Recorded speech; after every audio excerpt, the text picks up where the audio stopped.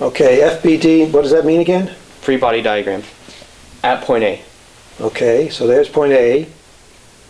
And then sigma Fx equals 0. What does that mean? That is, if you remember, sigma is sum of, so this is the sum of forces in the x direction, horizontal.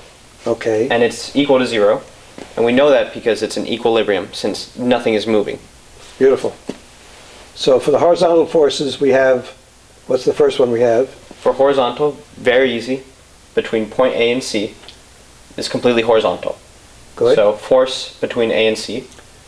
Now, the force between A and B is a bit more complicated because it's not just vertical, it's not just horizontal, it has a bit of both.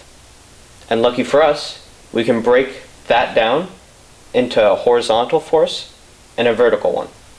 Two separate ones. Like that. Right over here. So, for the vertical component, up and down, we can use sine. The sine of, we know the angle from last time, 43 degrees. Sine of 43 degrees is equal to the vertical component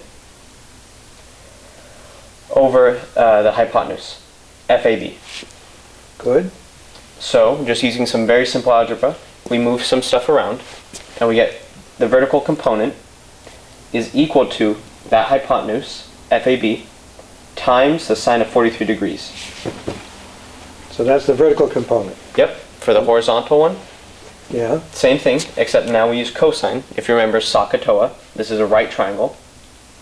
So the cosine of 43 degrees is equal to the horizontal component times the over the hypotenuse, Good. FAB.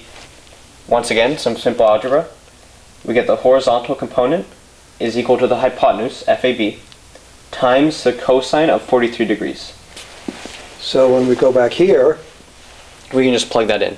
right, so we want the horizontal component of FAB. Yep, which we found out is FAB cosine 43 degrees. So we just plug that in Right there. and add the horizontal, force between A and C, which is already horizontal. Just plug it in. Okay, so now we have one equation with two unknowns. So we got to go to the next